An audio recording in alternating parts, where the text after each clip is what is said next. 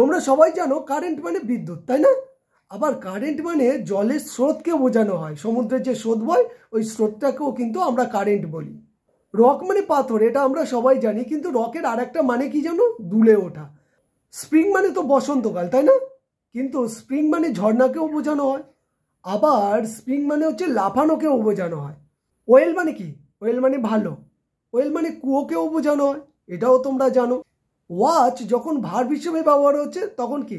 লক্ষ্য করা, দেখা, এটাকে বোঝায়, তাই না? কিন্তু ওয়াচ মানে তো ঘড়িকেও বোঝানো হয়, এটা মনে হয় তোমরা সবাই জানো, তাই না?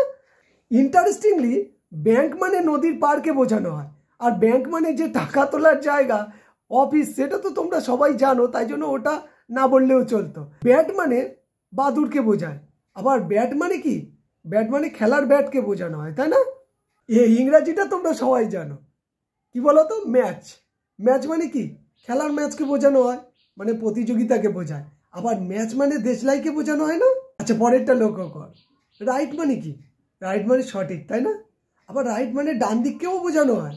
লাইট মানে হচ্ছে হালকা। কি বলছেন স্যার? লাইট মানে হালকা হয় নাকি? লাইট মানে হালকা। আবার লাইট মানে হালকা না, লাইটকেই বোঝায়, মানে আলোকে বোঝায়, যেটা তোমরা এতক্ষণ ভাবছো।